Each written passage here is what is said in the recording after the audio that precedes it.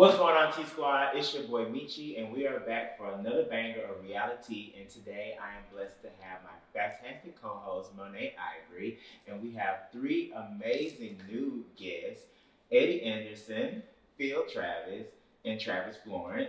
And I'm so grateful to have them. We're actually out of town right now, so we're going to do a special episode today, and we have different perspectives. So we have the guys today, and we're going to have the girls later. And our topic today is going to be about masculinity and who defines masculinity, what's the definition of masculinity, who's the gatekeeper, and just are there toxic masculinity, stagnant in masculinity, or can you be fluid with your masculinity, and also attains to femininity as well.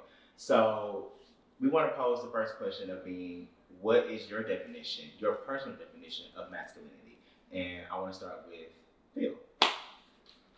My personal definition of masculinity is, I guess, just being a man, being assertive, being dominant. Now, there is a spectrum of masculinity, but I think those two characteristics kind of really sum up what masculinity is: being assertive, taking control of any situation in itself. So I think that's kind of short and straight to the point. Travis. Mine's kind of more of the traditional, being a protector, being a provider. Someone that's naturally wants to take care of others, but more so in the monetary and breadwinning type of way. Eddie. I agree with both of them. It's like a spectrum. Yeah. And today there's so many ways that you can be masculine, but I feel like at the end of the day, as long as you're getting the job done, whatever that means for you, I feel like in your situation that makes you masculine. Mm-hmm. So as long as you get the job done. So looking at Google and their definition of masculinity, they define it as a noun, qualities or attributes regarded as characteristics of a man or boys.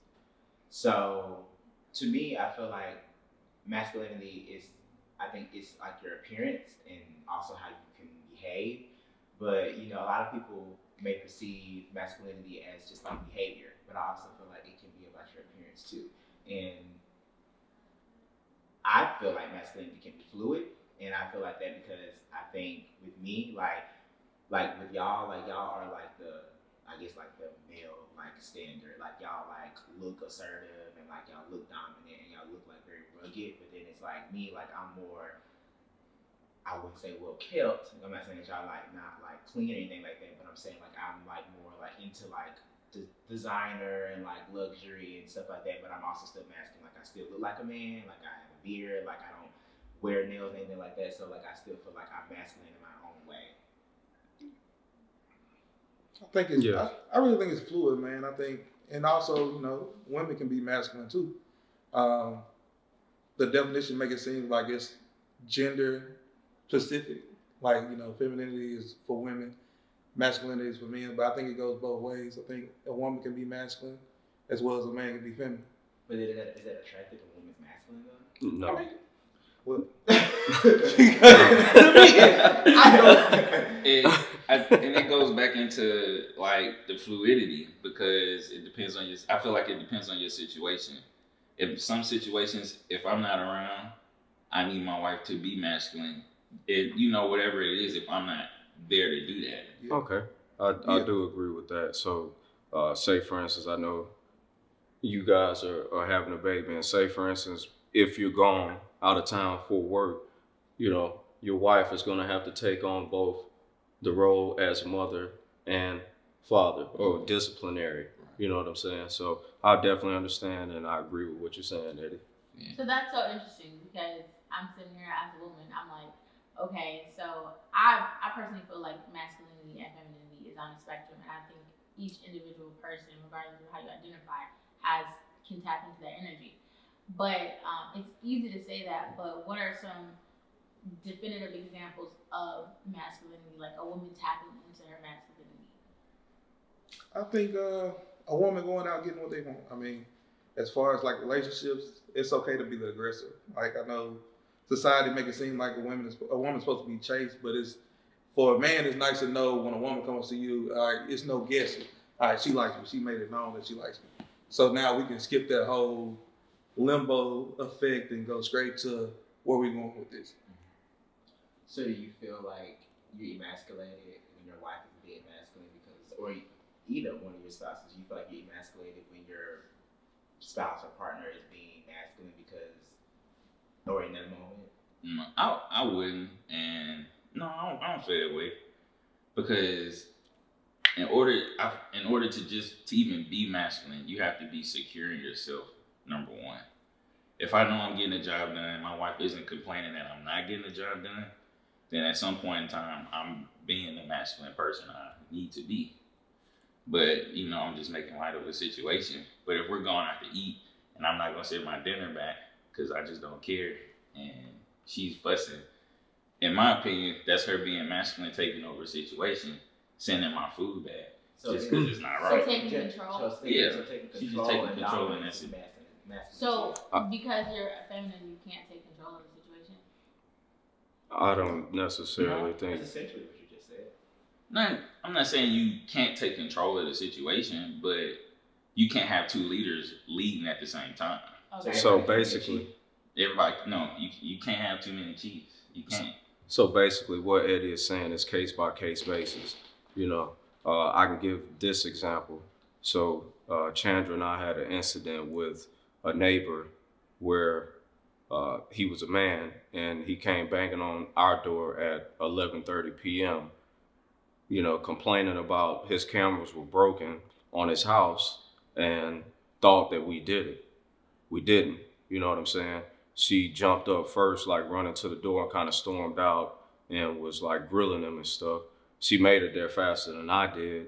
I wasn't really emasculated, but I think that's a situation where, hey, you know what? I got to take the lead in that because I don't know what he's going to do. It's my job to protect her.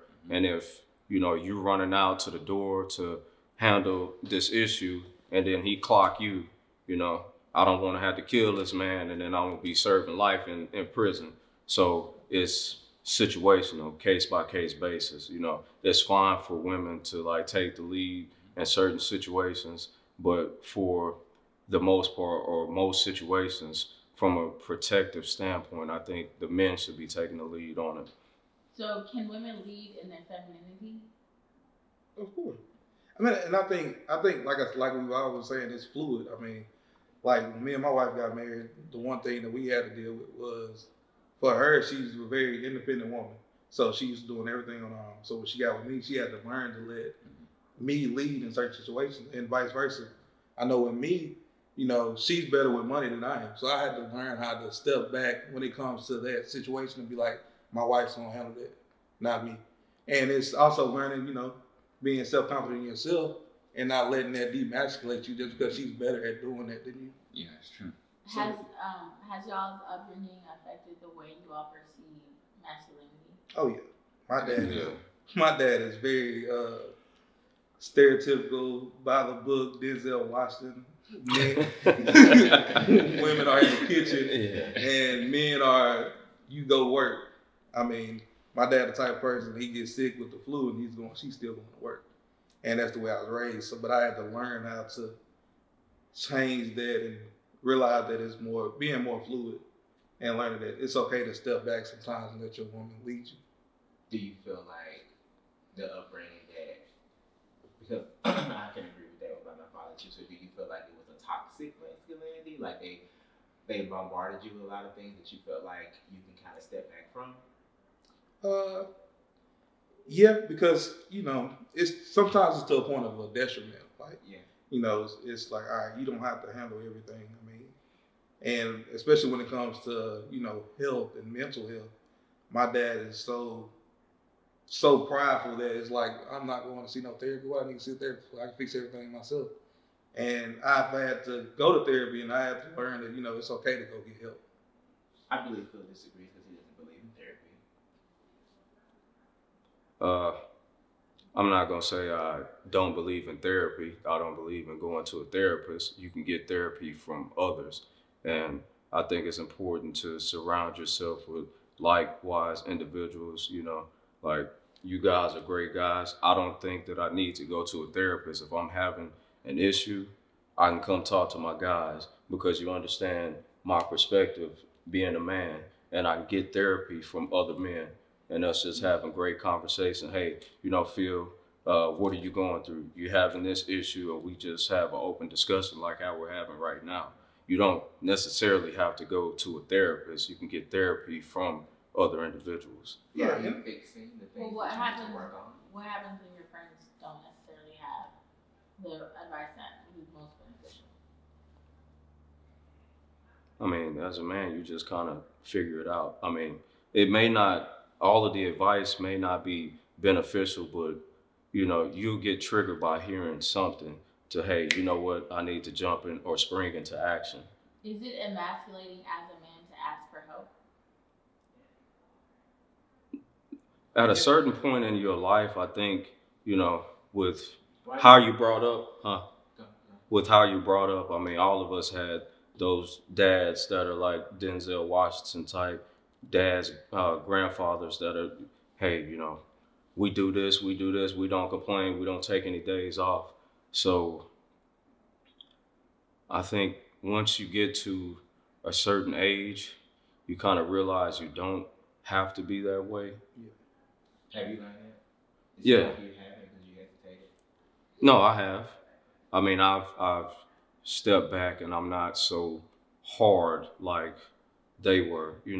I'm a little bit more open now to, ask for help because I'm not the type of person that really asks for help. It's like, hey, you know what? I'm gonna do this. I'm gonna do this. I'm gonna exhaust all of my options before I ask for help.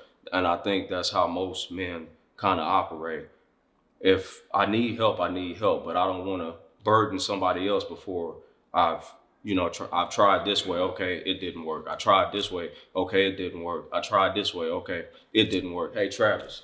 Yeah. Man, I need help with this. Can you help out? And I think it's an unconscious thing too. I mean, I think it's just natural, just because you've been around it all your life, and it's just like breaking a habit. It's an ongoing learning situation.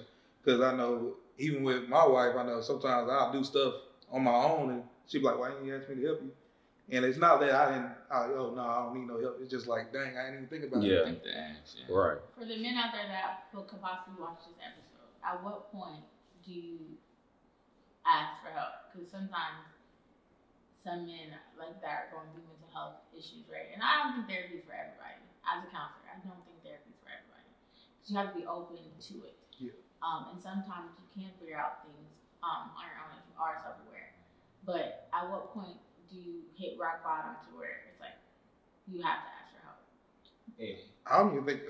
Go ahead.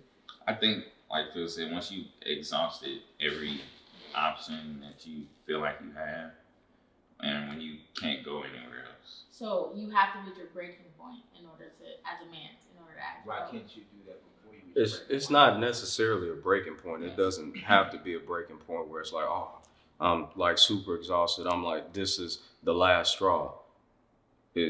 Breaking point is like the end, and I don't believe it necessarily has to get to a breaking point before you ask for help. It's just like, okay, for me, in my life, it's been more of a like 3-strike rule for me. It's like, okay, I'm gonna try at least 3 times, and if I don't succeed within those 3 times, I'm gonna ask for help. Mm-hmm. To me, I think it's different. I mean, For every man? I'm not gonna say for every man, but for me specifically, I feel like instead of going to that point, we gotta get out of that habit of, all right, I need to exhaust everything. To where if you thinking about it in your head and it's a thought that's running across your mind every other day, that's a sign that you probably need to go step out. Whether that's going with your friends, and it's all about being around a certain person that can sit there and talk to. Sometimes it's just talking. Mm-hmm. Sometimes a lot of men don't get a chance to express themselves a lot. Okay, it's a perfect time to ask the next question. Does your masculinity place limitations on being in touch with your femininity, and how do you express it? I want to hear from Eddie first. You said, does it place limitations on you? On your femininity. It can, and I feel like it depends on your partner. If you got a partner that's like Princess Peach and she needs to be saved all the time, you don't have time to be feminine. if I'm always in defense mode, trying to fix things, trying to do things, I don't have time to tap into that. But if you have somebody that can go back and forth with you, that is paying as much attention to you and your needs as you are to theirs, then yeah, you can tap into your femininity. What about those who aren't in a relationship currently? My life has changed since. I really couldn't speak on the single guys, but I mean, Are you in tune with your femininity? Like, now, yeah, like are you in tune? Like, and when I'm saying like in tune, like do you have emotions? Are you able to convey your emotions to your lady? Are you able to go out and do things that are not seen as masculine, like go get your scrub and stuff like that? Like, yes, and I am. So like I'm one of the guys. I go get pedicures now. You know, I'm not ashamed of it. My wife loves it. I don't get made fun of when I wear sandals. I'm cool with it. I don't think there's anything demasculating about that. you didn't do one before this trip, though. I did. Are we gonna leave all that drama? Right. We supposed to leave out the drama. Here you go. But since I've gotten married and me learning who my wife is, I have to learn. I'm learning to be more feminine in our relationship because I can't just be the disciplinarian dad. I also have to be the fun dad. I have to be the husband that understands where she's coming from, even though her emotions don't make sense to me, and our thought processes are different.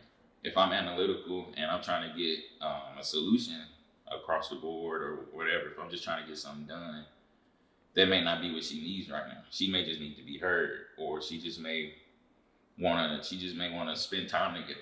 It's so hold on, because I think it's so interesting that you're speaking on her needs, but what I really want this conversation to go is pointing towards needs of the man, because a lot of the times when you're in a relationship or a marriage, it's always about the man protecting the woman, but who protects and supports the man?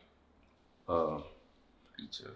Yeah, other men. It's a thing called brotherhood. You know, you gotta have other like-minded, excellent men around you to like help build you up and continue to have you in a good like mental space.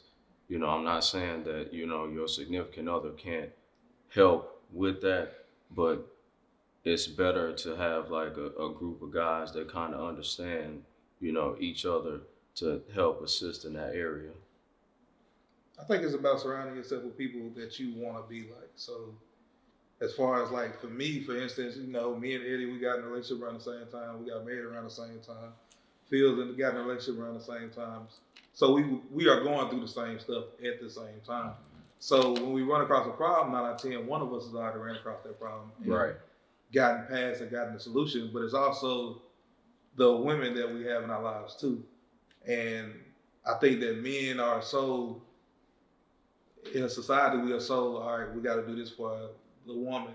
And it's not so much so we got to realize that the woman has to do something for us too. Mm-hmm. And it's a back and forth exchange. Yeah. So I just want to be clear. If a woman is having, in her relationship, marriage, if a woman is having an issue, the man solves it. But if the man is having an issue, instead of going to his woman for support or just a listening ear, you go to your boys. Yeah, it's easier. It's easy. Why is that? My dad. Well, my dad doesn't go to anybody actually, which I feel like is detrimental because I mean, like you're battling a lot of stuff with battling a lot of stuff. Like you may be like worried about something finance wise, which is mostly what my dad worries about. Like he may be like, oh, like I want to be able to do this and do that. Like I want to be able to provide everything, which my dad is the breadwinner. He pays for everything at the house. So then, if you might not meet that mark one day, who do you don't come talk to my mom? How is she supposed to know? She's supposed to help you. You the person that you stood in front of her, in front of God, to be like, we're gonna do this through sickness and health, life and death. Like, so why can't she come? Why can't you come to her? I think as a people we're getting to that point, but you go through all these generations of where none of that was talked about, and you're learning from the people that came before us that that's not what they did. I think we're getting to that point, because you're right. You made a covenant with somebody. That needs to be your other person. Like that's literally your other half for y'all to make one. And you should go to that person. But it's also us going to each other is us before we meet that breaking point. That's like we are each other's help too. Yeah. And going to each other. Sorry, go ahead. Going to each other is like that's us exhausting our options before. Yeah. So you think like going to the barbershop is like a release of tension? Some it can be. Yeah.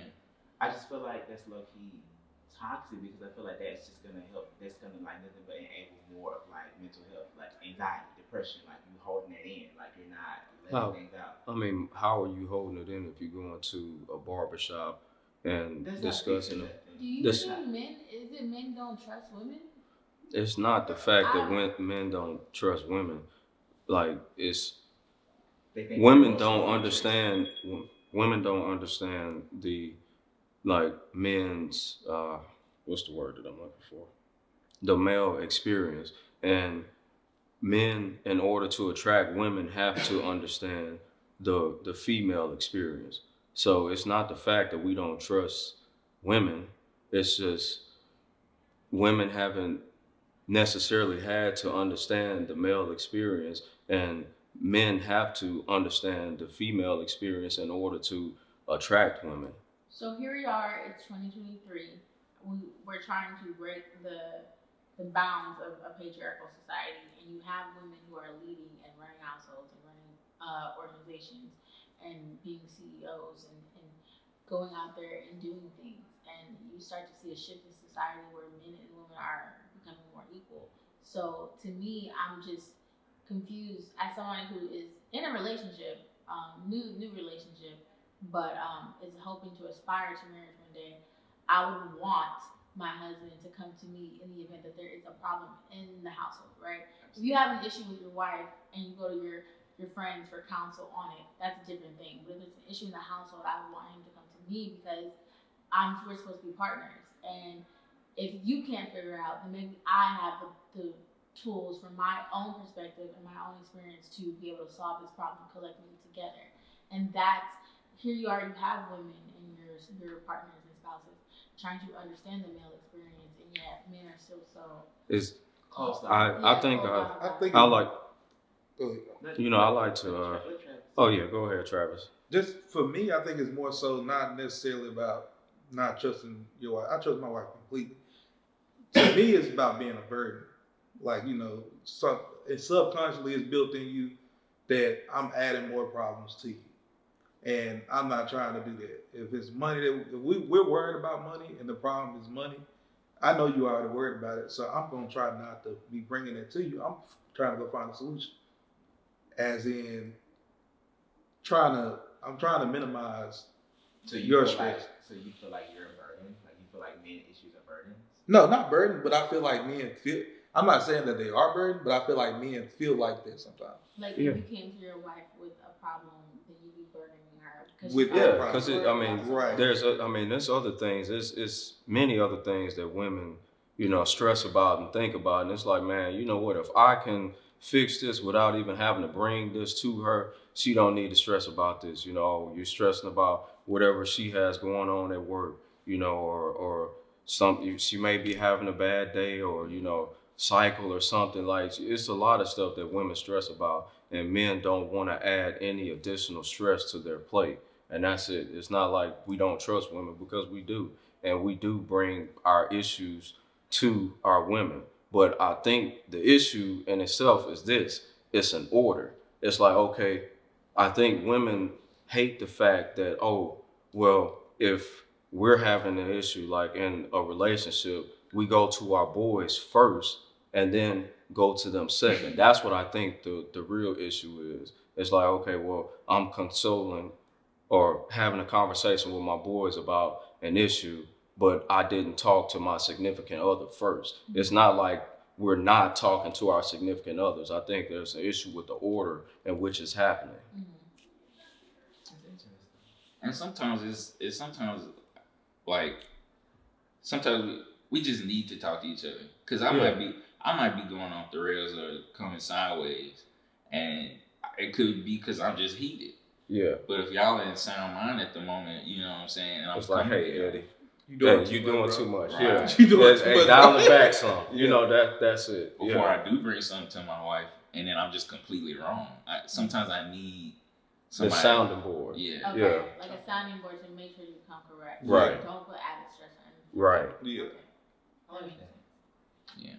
I really do, and I enjoyed this, and this was a really great topic, and I'm glad we got the perspective of the men.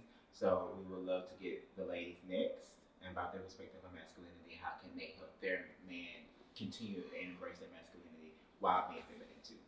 So thank you guys so much for coming on to Reality, and hope we can see you guys next time. All right. Thank you for having us. Thank We you. appreciate it.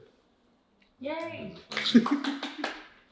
Okay, so we're back to finish this conversation about masculinity, and we just had the guys, and right now we have their spouses and their partners, and so we talked earlier about masculinity and how being masculine, what you can present and stuff like that, and fluidity of it, and so we want to also get your perspective about that as well. But we also want to talk about femininity and what is it like? Is femininity fluid? The same equivalent things of being masculine as well, but primarily about masculinity and your spouses and partners. So we spoke earlier about masculine being, the definition is presenting or having appearances of being a male, qualities or attributes of a man or a boy. And I spoke about like how it can be fluid because with your partners, they are more like rugged, rigid, more like presenting as a male. But I'm also still masculine too, even though I am more in like, designer clothes or like I'm like, over the top housewife mental status, but I am still a boy. I still have a beard. I still do masculine things. You know what I'm saying? So, but do you feel that your partners present as a masculine? Are they exuding the masculinity that you look for from a woman's perspective? And I want to start with Desiree. Oh, I'm so sorry. I forgot to mention that their names are Desiree Knight Anderson, Miranda Florence, and Chandra Travis. So then, to answer my question, do you feel like your partner exudes the masculinity that you look for? Exactly. Like everything I could look for in a man is my husband. The way he takes care of me, the way he takes care of our family, and the way he's going to take care of our little one is everything that I would want my son to grow up and be like. I mean, it's not just hardcore, like, I'm a man. He's very genuine, and he's still in touch with his emotions the way that I would want him to be with, and the way that I would want my son to grow up. He respects me, he respects, his fellow friends, and that's what I would say I would want masculinity to be for me. Mm-hmm. So I do. Yeah. Chandra? I do. Phil is definitely on the harder side of masculinity, I feel like. Mm-hmm. He is very much a protector, very much a provider, very much likes to take the lead and be the lead, and I love that about him. The emotional side of it is we're working on that in our relationship with him being a little bit more open with me. With what he's going through, because as his partner, I want to make sure that he's being taken care of and that his thoughts and his feelings are taken into consideration, because they are important. Men, especially as Black men, I really am attentive to that and really want to make him feel that he is heard, and not that he has to command it, but that that people should be mindful of him and just how he's feeling in general, just like they are to women. Like you can tell, or just people in general, you can tell when somebody's feeling sad or when they're upset, and people are mindful of that and say, are you okay? He can come off so strong sometimes, and so, just kind of so manly, I guess you could say, for lack of better terms, that a lot of people don't ask him those questions. And so that's the area that we're kind of working on, but he is definitely on that far end of masculinity, definitely. Miranda? It's so funny that I'm sitting in the middle, because that's how Travis is. He's in the middle of both of them.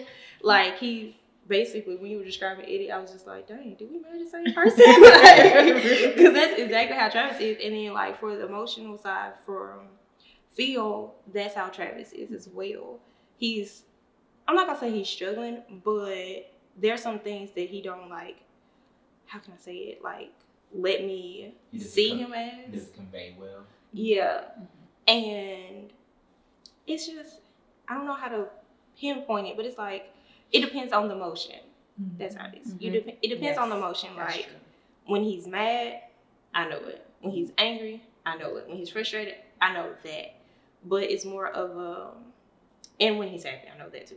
But like, when he's sad or he's going through things, Right, that's it. that's, I don't know. The And I'll have softer to, emotions. The softer emotions, exactly. and I have to like pull it out of him. I'm like, bro, like, why you making me pull teeth like with this? Like, just tell me how you feel. Like, I'm open. I'm here for you to like just give me your problems and tell me what it is. And he struggles with it, but we're working on it. Has your upbringing affected the way you perceive masculinity? We were just talking about this. Yes, you are. Yes, I think so, definitely. Yeah. Miranda. Oh wait, what?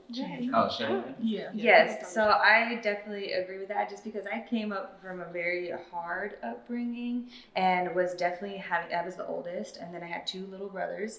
And so for me, like, I had to be that protector and I had to be that one that stepped up in a lot of those roles. And so, yes, it's just the way that I grew up and my instincts. It doesn't matter what the problem is. It doesn't matter, it doesn't matter if it's financial. It doesn't matter if it's like physically being, protective, emotionally strong and protective, just being intelligent in that way to think ahead and problem solving. I've just naturally grown like that. And so that has come up a little bit to where I've had to be mindful of the man that I'm with and that he likes to be a protector and likes to be a provider. And I have to step back and let him do those things.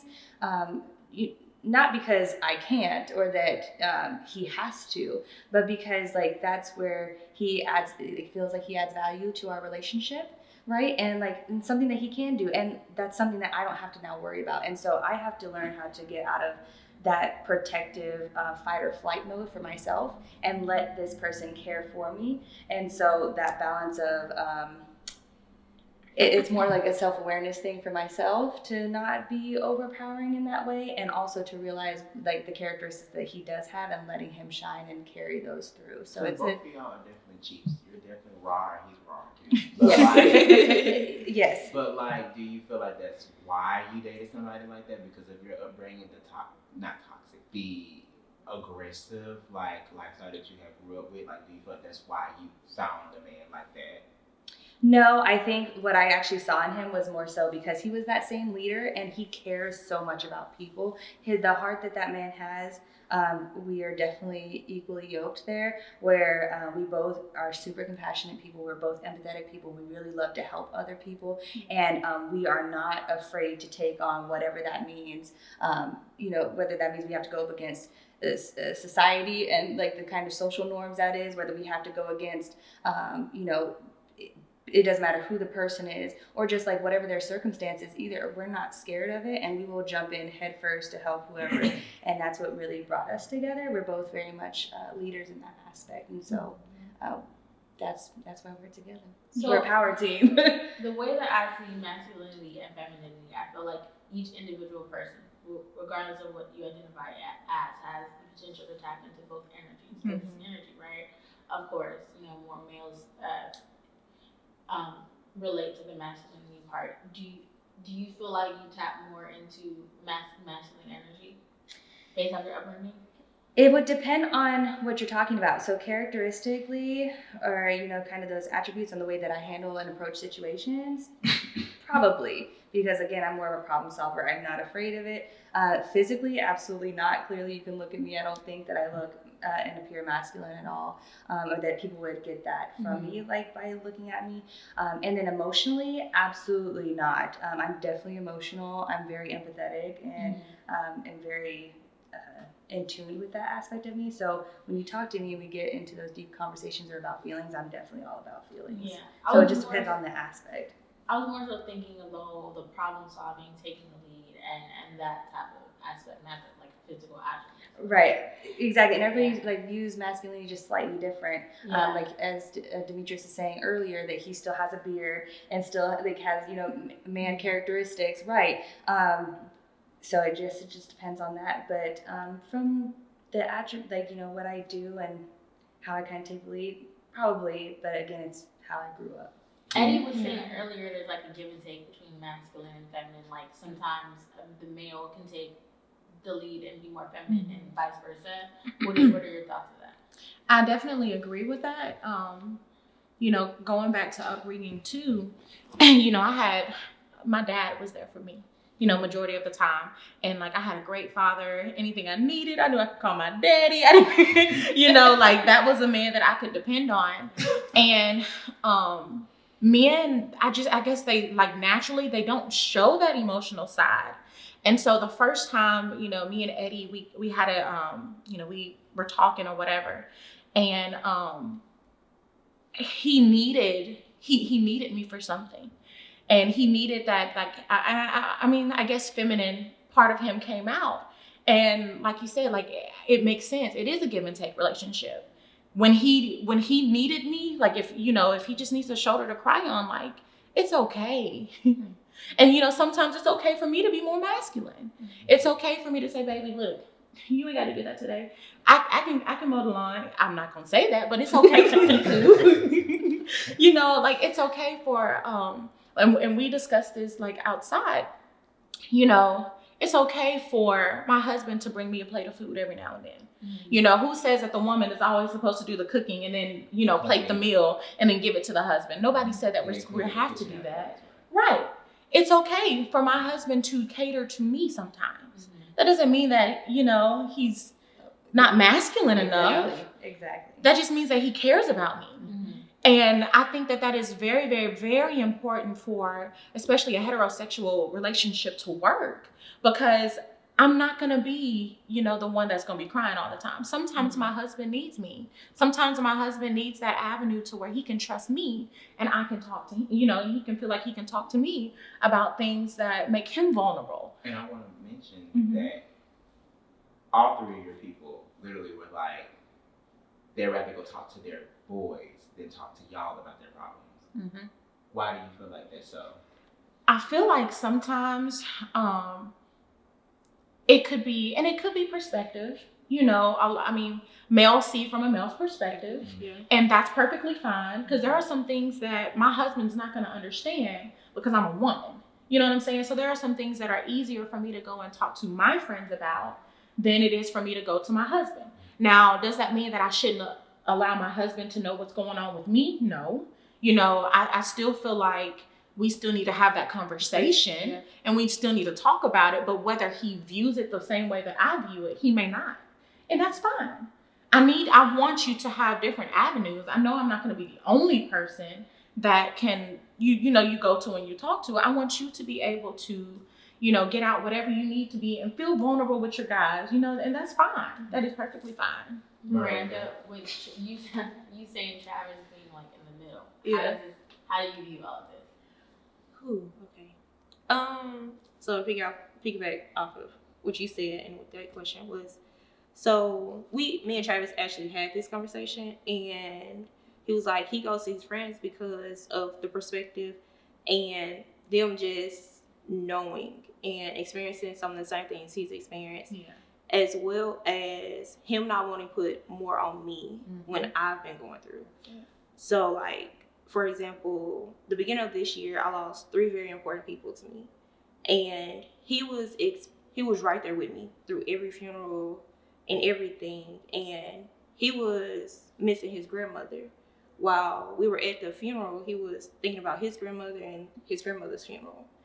He didn't tell me that until like a month ago, but he said that he spoke to his friends about it because he didn't want to put more on me while I was grieving and doing everything. So, but can't you guys talk about that together and experience that together? Do you feel like that has to be a feminine thing? Like, why can't your man still feel like they can talk to you about stuff? Me personally, I have no problem with it, because for me it's the consideration. Like, you're going through so much already. I don't want to overload you and overwhelm you by putting more on you. So that part I appreciate. And it is now that y'all say that, now I feel some type of way.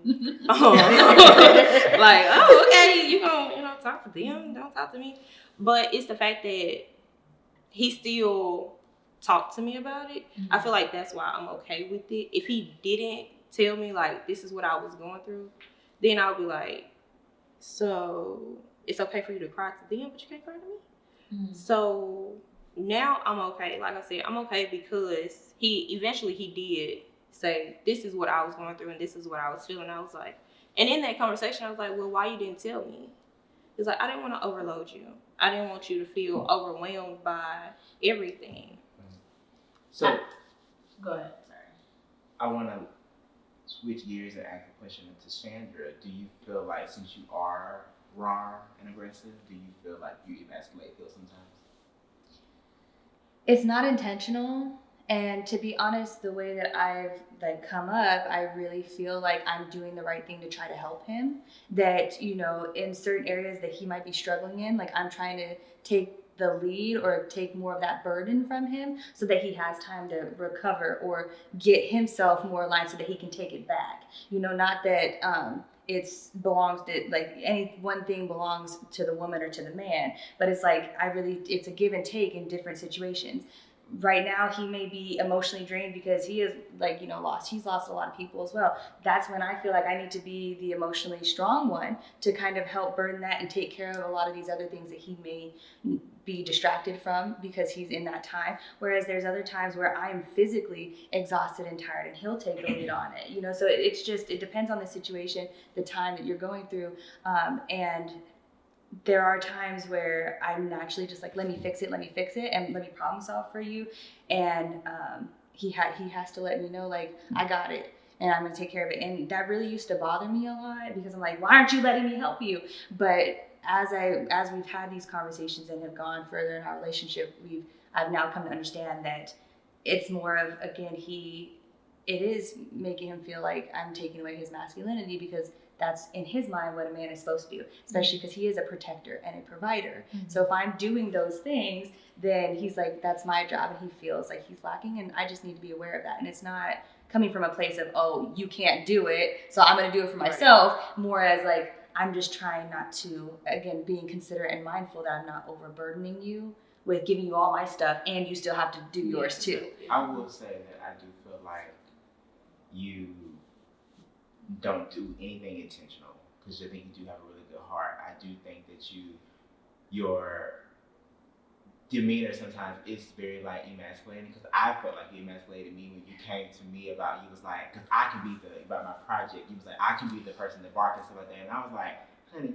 I can bark, like, and I was like, you to bark. Like, but I was like, I'm gonna let her, but then I had to talk to Phil about it. Phil, that's just how she is, like, and I was like, maybe because I'm still getting to know her and everything, because I was like, is she trying to step on my toe? Do I need to unleash the beast on her? Like, do she really need to see me? But I do. I need to see it. Right, and I was like, I really don't want to have to bring that out. But then I was like, because we talked about it, and I was like, you know what?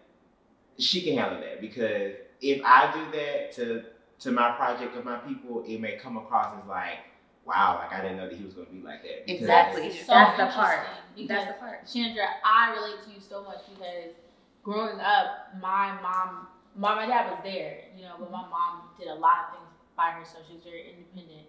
And my dad was super, super, like, when you think of a masculine man, that was my dad. He's very aggressive. So I've learned a lot. A lot of people mistake my passion for aggressiveness and my assertiveness. They would mistake it for masculine, I guess. So I was there at one point where I was in a relationship and I felt like, and I was paying all the bills and doing everything and all that.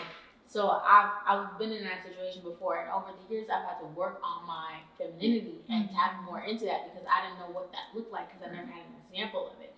And I think that goes for a lot of like Black women. It's sometimes we're so independent and we want to take control and make sure everybody's good that it can come off more masculine, and even though that's not our intention. So looking at you, Des, you to me are like the picture perfect of femininity. So for Yes. women out there who are I looking, not only because you're pregnant right now, but more so because like of how you and Ed are. So Yeah. for women out there that had to grow up like Chandra, or had to grow up like me, or have to grow up taking care of a lot of things, how can we learn to tap more into our femininity so we won't emasculate the men? You know, it's very hard because every one of us has had a different upbringing. And the example I had from my mom and my dad, that's the example I follow. So I can't really say, hey, this is what you need to do, because I had the example that was set before me. My dad and my mom, they really did genuinely love each other, and they fed off of each other. So that's the example I saw. Now, as far as like when it comes to like letting your man be a man, or, sometimes it's okay like to just let them do it. If you know that it's going to make them feel good, or it's going to make them, like encourage them or make them feel valued, because like, Right. If you're doing everything, I mean, I can only imagine they're like, well, she doing it all. What they need me for? And that's not what you want. You want them to feel valued. You want them to feel needed. You want them to feel like they are bringing something to the table. You know what I'm saying? So even if you can move that table over there, hey, we're not going to do that today. Baby, can you come move this table? You know what I'm saying? Just like being extra conscious. Like, I do have somebody that wants to take care of me. Now, it's different if you got a man that doesn't want to do that. But when you genuinely have a man that wants to love you, and that wants to take care of you, and that wants to be the provider, just let them do it.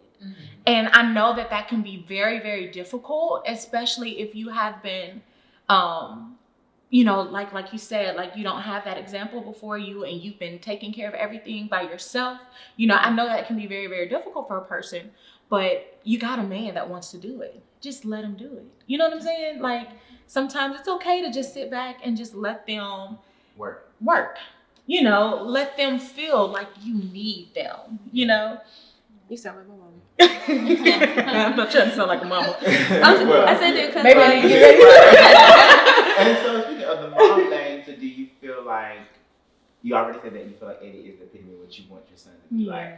So do you feel like, would you want your son to have a relationship that he can be able to talk to you or talk to Eddie about things? Like, do you want him to feel like he can go talk to his friends? Because I said earlier, I felt like when we hold it in, because I don't even call myself holding my stuff in. I don't tell my parents anything.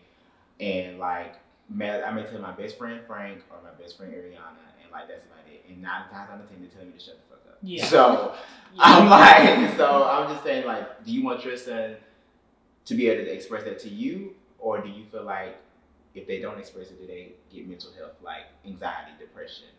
So I think naturally we gravitate to the people we can trust the most.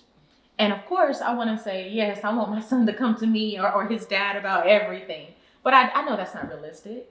At the end of the day, I remember being in high school. I remember being in middle school and going through like certain issues that I felt like I couldn't talk to my parents about. And we had a great relationship, but it's just natural for, kids to just go through their other children. And one of the reasons is because when my child is in middle school, it's going to be completely different from when I grew up in middle school. The problems are going to be different. The education is going to be different. Society will be different. Like, so I can't, maybe sometimes it's better for them to go to for their friends, friends who they're experiencing it with. Who relates with them in real time. Right. We might be still stuck back in the 90s. Right. But when I was growing up, no kid wants to hear that. I don't care about when you were growing up. This is happening now. Right. You know what I'm saying? I used to hate hearing when I was growing up. I don't care nothing. I was saying that a lot to my siblings.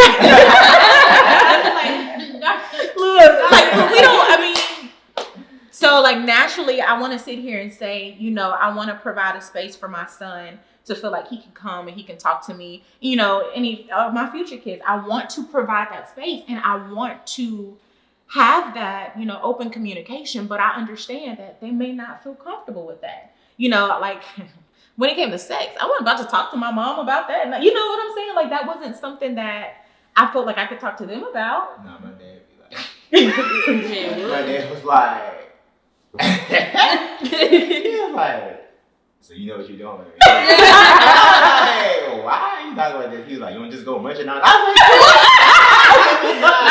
was like, nah, but see, and I think that's a father-son Right, type right, relationship. Now, if my baby came up to me talking about, I might feel a little uncomfortable. Eddie, come get your son. Like, look, your son having some issues. I need you to talk to him. But see, like, that was something that I didn't feel comfortable talking to them about. But you know, my friends, when stuff, you know, hit the fan, you know, I talk to them. right. You know, so I mean, I guess I'd be fine. Like, as long as he's getting it out, as long as he's talking to someone and not holding that information in, you know, I would be okay. In regards to masculinity about parents, and I want to ask Miranda a question after this. It's funny because like everything else, like simple crap, like, oh my god, I need to like go and like do this. I'm calling my mama. Or like a school thing, like my mom, I was like, Mom, I need $1,500 for this class. She gave it to me. My daddy, I'm like, I need to redirect this question to somebody else. I gotta figure this out. Because I already know he's gonna scold me, ask me this question. It's gonna be everything under the sun, and it's not gonna be just given to like my mama. My daddy is very much like, I need the plan. Who's in the plan, the who, what, when, where, and why. He need all W's. And I'm like, I ain't got time to answer all these. Let me go my mama. My daddy is just so masculine about certain things. Like he takes control of everything. Yeah. But I want to ask about Miranda. Do you feel like, are you the gatekeeper of Travis' masculinity, or do you feel like Travis is his withholder of masculinity? Ain't you just gonna come for me like that? Jeez. That's a nice question. Right. Jesus. I would hope not. I hope not. Well, yes, I hope I'm not, but with dealing with us building a house and being with my family, I've seen his masculinity more so than I ever have because he knows the construction side. Mm-hmm. So I'm like, you know what? I'm gonna let you take the lead. But then at the same time, he kind of like holds me back some, like physically hold me back because I be trying to fight my brothers. But he does. So let me backtrack. I hope I don't. But there are situations where I feel like we kind of like give and take and let each other be like that forefront person. He'll step up and be that masculine person that needs to be in situations, and then vice versa, he'll let me be the masculine side of myself given the situation. Like, if, for instance, hypothetically, like a female tries to to him, I am a full-blown Leo, I'm a lion, that's a no-go. So in that aspect, he'll let me take charge of that situation, be masculine in that situation. And vice versa. If a dude tries to steal to me, like, y'all know Travis biggest all outside. Not the Johnny Green Giant. But he's not gonna let anything happen to me in that standpoint. So I would feel like hopefully I'm not being a gatekeeper on his masculinity, because that's not something I want to take away from him. Right. Like, as a man, I feel like some men feel like masculinity is all that they have. Mm-hmm. And masculinity is genetically who men are. So I don't want to take that away from him. And if I am, y'all let me know. Okay? Be like, Miranda, you need to sit back, girl.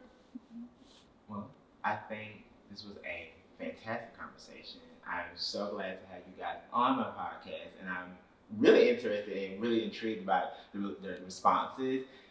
Honestly, Eddie and freaking Des are really in tune. Like, I don't understand how God put them together, but like they're literally like one person. My man. Don't play with it. But no, I thank you guys for coming on Reality. I hope you guys enjoyed it, and I hope you guys want to come back for another episode. And that's a wrap. Peace out.